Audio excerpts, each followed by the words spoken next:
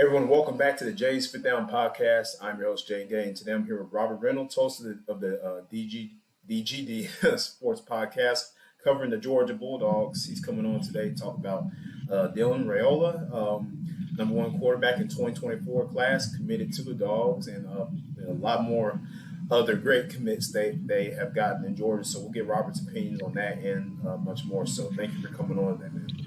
Absolutely, man. Thanks for having me on. Yeah, so as I mentioned, Robert, we last time we talked, of course, it was not too long after Georgia had just repeated and won a national championship again against TCU, lost some guys to the league, including their quarterback, Stetson Bennett. So he's in the NFL with the Rams, and now we're into the offseason recruitment. Dawgs land, 5-star quarterback, Dylan Raiola out of Phoenix. What are your thoughts on this, and how huge is this for Georgia? Well, first off, I think it's I don't even know the words to legitimately say it, but it's huge, right? You're taking the number one prospect overall in the country that's also a quarterback, and you're putting him in a system with numerous weapons at all positions. So and with the defense, that we're typically used to having, the potential there is just downright terrifying, right? If you're not a Georgia fan, but you look at Raiola's commitment though. And the way I look at it is, it's a relationship-driven type recruitment. You look at out of the potential options you had, you were looking at USC, Nebraska, and then obviously Georgia. You look at USC, proven quarterback whisperer, right, over there at Lincoln Riley. Hey, go out there, do what you got to do there. Or, Nebraska, right, his father, Dom, played, at Nebraska, All-American there, O-lineman at Nebraska. He's got an uncle there on the roster, on the coaching staff, I should say, excuse me. So there's a lot of relations there. But then you look at Georgia, you look at his godfather is Matt Stafford, which is one of our Georgia greats, if you will. Yeah. But then you look at Stafford and Dominic Raiola, they played at Detroit for so long, right? So they played together in Detroit. But then you start listening to what he had to say about it. And I think, Georgia's ability to go out there and prove that, they're in a position to win now. Georgia lands that commitment. But as a Georgia fan, you sit there, you look at the situation where Georgia's coming off of back-to-back national championships with a former walk-on quarterback. What the potential now is, all right, you've got the number one overall quarterback in the country, in your recruiting class, and avidly recruiting, by the way. Like, he is recruiting hard right now. What does that look for, the future when it comes to a Georgia fan? Good time to be a dog is all I'm going to say. Yeah. So you mentioned he had other offers, of course, from USC and Nebraska. Like you said, Lincoln Riley, a guy who's known for his work with quarterbacks, So just he's at Oklahoma. Jalen Hurts, of course, he's working with him and all those other guys as well there. And he goes to USC. You see what he did with Caleb Williams, a guy who won the Heisman and who's a potential number one pick in next year's draft. So, the fact that he chose Georgia, so other than the family ties and what else do you think drove him to come to Athens? Well, outside of that right there, I think you look at the personnel around him, right? I think you look at, right, Mike Bobo, starting off first things first, Mike Bobo. You look at the situation, Todd Monken leaves Georgia, right, to go to the Ravens. And it didn't take 15 minutes, I think it was. It felt like 15 minutes later, Georgia's already announced Mike Bobo as your offensive coordinator, right? That was by design. That relationship with Raiola, I think, was the key driving factor there. But, again, Bobo's not a bad offensive coordinator. But you look at the coaching staff. Kirby Smart's a Georgia alum. Will Muschamp is a Georgia alum. Bobo played quarterback. He's a Georgia alum. These guys aren't going nowhere unless someone forces them out.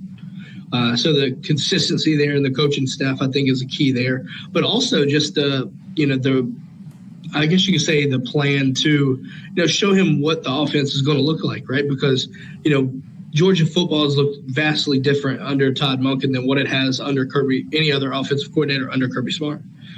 But you assume that we saw what he was able to do from 2007 to 2014. albeit now you've got a defense that's going to allow you to be more, prone to take shots. Whereas the first time Bobo had to play conservatively, which Georgia fans still give him grief about.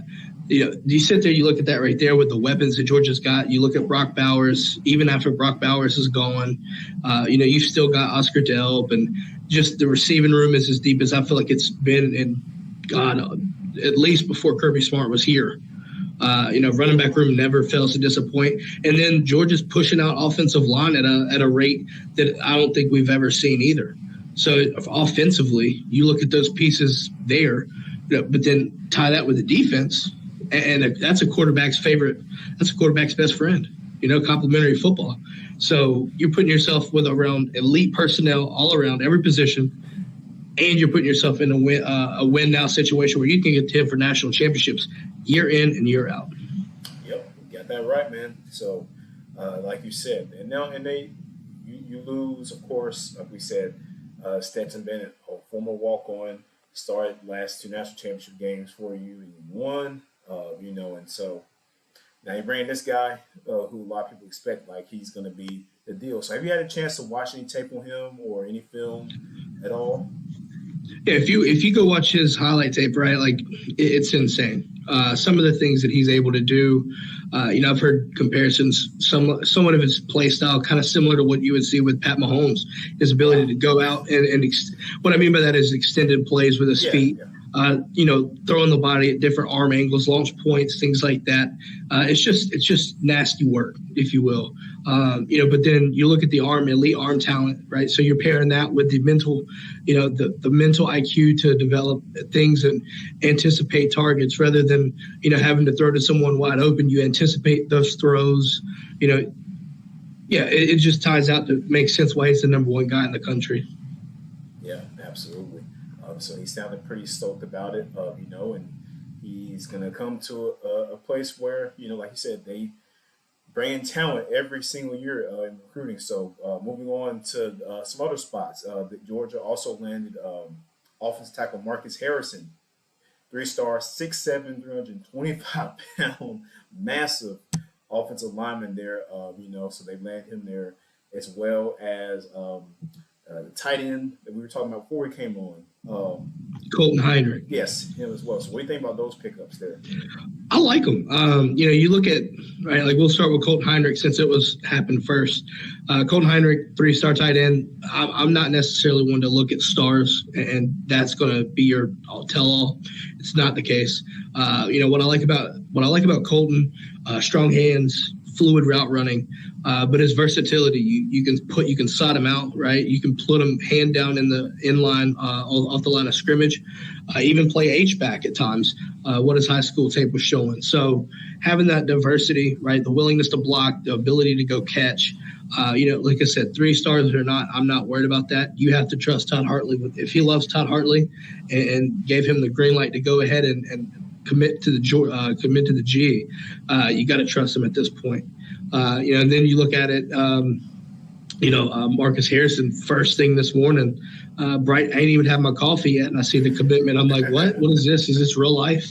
But no, that's a mountain of a man. I think it was like 6'8", 330 at one point I saw. So like, I mean, out of New York, you look at that right there. The interesting thing about it, man, for someone that size, if you look at his physical demeanor and his stature, look at his legs. They're skinnier and around his ankles, which tells me he's a freak athlete too. You know what I mean? So you start to look at that right there. Dylan Raiola's got, he's assuming and assembling his class and his protection for his blind side. And like I said, stars don't matter to me right now. 6'8", 330. That's hard to, that's hard to argue. Yeah, you can't coach 6'8", 330. You can't coach that. So, and the thing with Dylan is now, because you land a guy like that, and we see this happen, right, even in the pro leagues with basketball. When a star goes to a team, people are going to want to play with that star. They're going to want to play with that guy, right? I mean, you see, perfect example, like, Golden State, right? Kevin Durant. It's like, hey, Steph Curry, Klay Thompson. I want to go play with these guys. I want to go in the ring with them. They land him there. They land other people. It's just that thing. It's just that word of mouth. I feel like he's already been chirping to all these recruits. Hey, come over to Georgia. Even Jeremiah Smith, the number one ranked receiver in the 2024 class, to say he's now reassessing his options about Georgia. So crazy, man. Yeah, no, you look at the scavenger hunt over this past weekend, right? And you bring in, you bring in some elite talent, right? I mean, Friday before the weekend even really starts, Georgia lands number one punter, Drew Miller, right? So you look at that right there to start the weekend. Then then you're looking at Jeremiah Smith and Nikar and Nitro Tuggle and Dylan Raiola. It's just Justin Williams and Jesus, the list that goes on, right? Just elite talent all throughout Athens right there. But then I think what caught a lot of people off guard and in a good way for me was Saturday morning you hear like wake up to news and a workout, right? Jefferson High School up there, Raiola and Nikar and all those guys. Some of those guys go out, and Colton Heinrich actually too, going out there and working with, and there's another 5-star out there that couldn't make it to Athens, and that's Sammy Brown. So Saturday morning, bright and early, you're seeing him do a workout, and it's like, oh wow. Which to me, in hindsight or in retrospect, looks at it and you're like, Dylan Raiola and company were not going to take no, if you will, right? You look at Sammy Brown having to do some things. What was reported, he had to do something around the yard with his dad. Dylan Raiola was like, nah, let's go work out early in the morning, and then you can go back to do that. Like that right there is the kind of recruiting that, that people outside of Georgia fan base probably are a little bit nervous about, because, it's one thing to get this talent, but the fact that the talent now is avidly recruiting as hard as they are to get more, elite talent, it's scary. I'm not saying it's going to be, the nightmare for everyone in college football, but that's definitely something that you don't want to see, if you're not a Georgia fan. But then, you talked about Jeremiah Smith. I think Georgia made a lot of movement there. And I think, as soon as Dylan committed, Jeremiah Smith really had to take a look at Georgia, because Dylan Raiola and Jeremiah Smith are tight. So the fact that he commits, Raiola committed to Ohio State, which led to Jeremiah Smith committing, right? So now that Raiola is a dog, it's making him think, right? Not what Ohio State fans want to hear, but it is what it is. Always find a way to burn Ohio State. But yeah, no, that's right. And it just shows even the initiative, right, to go lead that workout with other, with all these other recruits. Like you're already seeing that. We see that this guy has talent on the field. We see that, otherwise he wouldn't be what he is, and Georgia wouldn't have saw him. But the initiative to go out and lead a workout like that shows you this kid's drive, and that he wants to, he wants to get better, and he wants to help, these other guys get better and try to get them to play for Georgia. So you already see the mindset that he has. So talk about how important that is, especially for playing under a guy like Kirby, and just the culture there.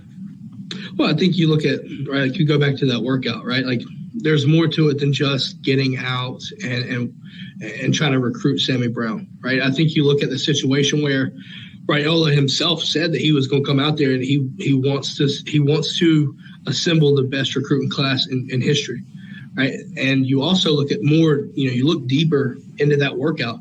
Not only are it's a recruiting pitch, it's also chemistry building, right? Like you look at Raiola, you look at Colton Heinrich, you look at Nikar, right? You just see, right, what's going to be happening at Georgia, and they're still high school recruits. So the fact that they got together on visits to go work out together, you see the wheels in motion, right? To not only just from a high school perspective, but what they're looking like at the next level, already getting ahead, getting that chemistry built up, so that when they get to Georgia, and whether it be December or summertime, or they're going to be rolling, right? And again, I think that's a testament to culture and the kind of leader that Raiola is, right? Like organizing and spearheading that tells Georgia fans what we're getting in him. Yeah, and that's the type of characteristics you want in a quarterback. if the guy that leads your team, in the near future, whenever that'll be. So, now speaking of the quarterback position, this has been a topic all offseason with you guys over in Athens. Who it's turning between. Looks like Carson Beck is going to be the starter. That's a lot of what I'm hearing. I don't know if it's true or not, but that's what it looks like. It's leaning towards. Then you got Brock Vander. So, what are you hearing as far as where Kirby might be leaning towards starting in the fall at quarterback? Well, I think based off of coming out of the spring, I think you look at G Day itself. Carson Beck had an excellent showing at G Day. To me, that showed me that he's more than capable of handling the starting role. I still expect it to be a competition, just out of fairness and honestly a chess move, right, to make sure that you keep these quarterbacks committed outside the transfer portal window, right? Like we have to start looking at that regard. But overall, I do think that Carson Beck has earned the right to be the starter until proven otherwise. If you go back and watch G Day, you'll understand he just lit up the stat sheet for what it's worth. So you look at that right there. Georgia fans are extremely confident in what we saw there. Obviously, it's not going to be, it's not a regular season game, so I understand it's a spring game. You got to take things, with a grain of salt for these spring games. But there's a lot to be happy about if you're a Georgia Bulldog fan. But it's not like – so Carson Beck had a great spring game, but it's not like not Beck, but Vandegrift and Gunner, they had good games as well, right? But I think what ultimately separated Beck from everyone else was the fact that he was just so comfortable back there, going through progressions, full field reads, hitting where it needed to be, hitting the open man. Like that matters, right? When you're looking at a quarterback competition, you have to, plan ahead. And the fact that he was just sitting there comfortably, excellent protection, by the way, from the offensive line, I got to shout that out too. But, just the ability to sit there and just pick apart what you needed to do. Like I said, for me, I think that's what separated him, his comfort in the pocket. Yeah. Spring, it's a great time to do that G-Day. That's a great time to see, what you have in your roster, especially at the quarterback spot, a spot where there's a lot of talks and concern about who would step in place of Stetson Bennett. A guy who had control of the offense of the locker room, a guy that everybody respected on the team, and he went out and did his job, and now he's in the NFL. So it's like, how do you replace someone like that? And there's three great talented quarterbacks on that roster, and Vandegrift, Gunner, and of course Carson Beck. I think I told you this last time. When I was in high school, I played against Brock a couple of times. And that dude just lit us up, man. I said, yeah, this dude is going to be, wherever he goes, he's going to be.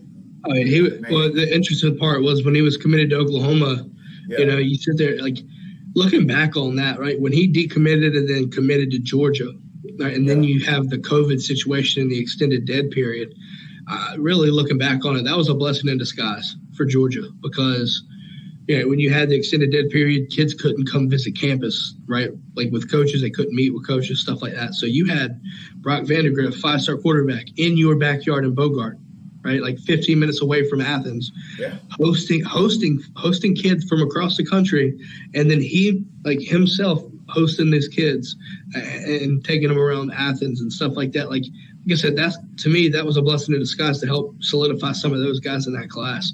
When you talked about him out of high school, kid was a dude then, he's still a dude now. I think you look at size and speed. I think he's deceptively fast. Yeah, he is. He is fast. But he's still got at the same time, still have a cannon of an arm too, which is what you're looking for at the next level for sure. Yeah, for sure. So it'll be an interesting competition there. We'll see how it continues to progress, throughout the offseason here. But like I said, the feel, like you said, around, Georgia is that Beck will be the guy. But again, nothing's set in stone right now. So moving on that note, offensively, changing offensive coordinators, you mentioned Monken leaving to the NFL, Mike Bobo coming back. So what, how do you expect the offense to look different for Georgia this coming season compared to last few other months? Well, I think the interesting thing there is how is it looking different? I think you might see some of the same. The way I feel like, my theory on this is Todd Monken taught Kirby Smart the way it regards to offense, right? So now I would assume in 3 years, Kirby Smart's he's going to be able to take some of those concepts, keep them. So I think you look at Bobo. I mean, Bobo was a good offensive coordinator to begin with. So you sit there, you'll see some of the same stuff as last year, but I do think you'll see some of Bobo's wrinkles thrown in there as well. So I think you're going to kind of get a little bit of a variation there, kind of, Bobo tendencies. But at the same time, stay within what I'm going to call the Georgia offense now, right? It's not anyone specific. It's kind of the same thing that Alabama did, right, with Lane Kiffin. You sit there, you take an offense that's, evolutionary for that program. And then when that guy leaves, you retain it. And you have other people maybe throw a kink or two in there, but try to stay on the same, structure for offensively. And I mean, it worked well for Bama. Why would it not work for Georgia? Yeah. You mentioned Bama there. I mean, Kiffin left and bringing in Sark, of course, and a couple of years he was there. They still kept that same. They really have had the same type of offense the past couple of years. Like I said, the little wrinkles in there. Just the hard play actions and, the middle of the field. They like to hit those digs in the middle of the field, those crossers. They love those. Georgia, obviously, the willingness to continue to pound the rock. I feel like it's still going to be a forefront there for you guys offensively.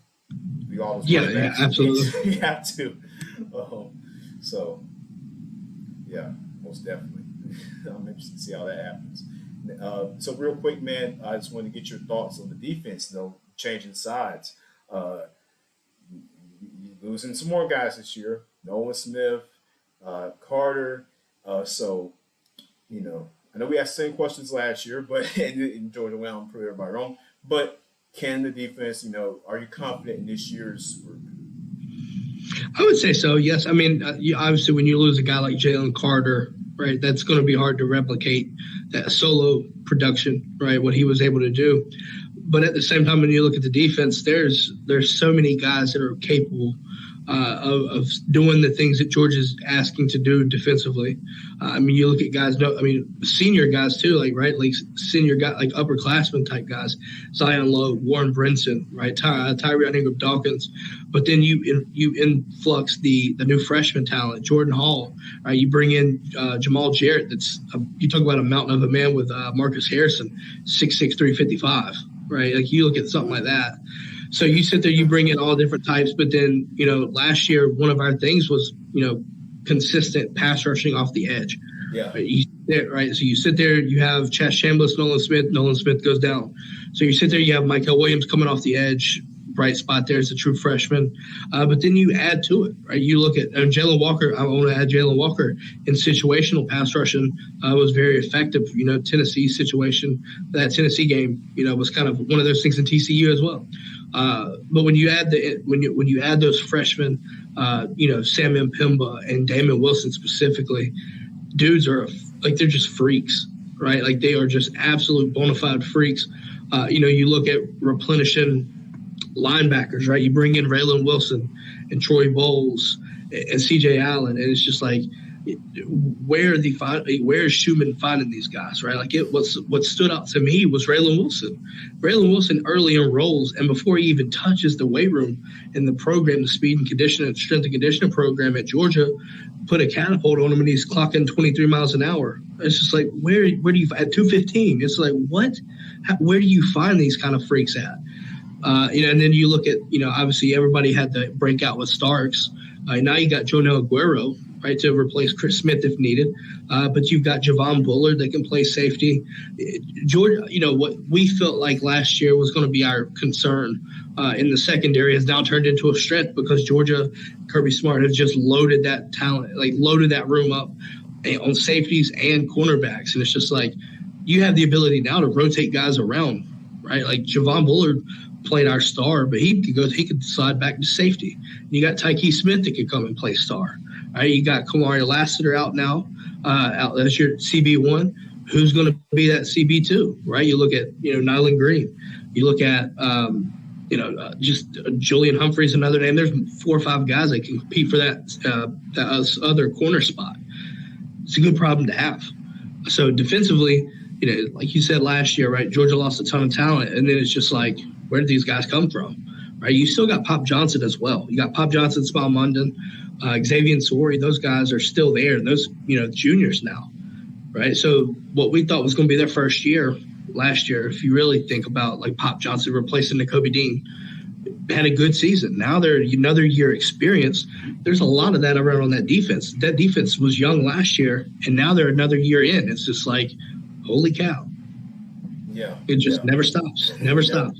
Never stops, man. And they've got plenty of, great game time, great reps experience, been playing in two national championships, and just so it looks like the defense, it looks like they're in good hands once again, and this upcoming group is good. Like I said, a lot of questions in that secondary spot after losing Kelly Ringo to the draft. A lot of people were questioning about that spot even when he was there, his play, but now he's gone, so Georgia having to replace those guys in the secondary, which seems like they're doing a good job of so far. So just to kind of wrap us up here, Robert, what are you looking forward to as far as, just what you want to see out of this team, moving through the offseason, fall, the summer, before going to the fall, Well, I think to start it off, right, I think offensively I want to see what we look like, against another team.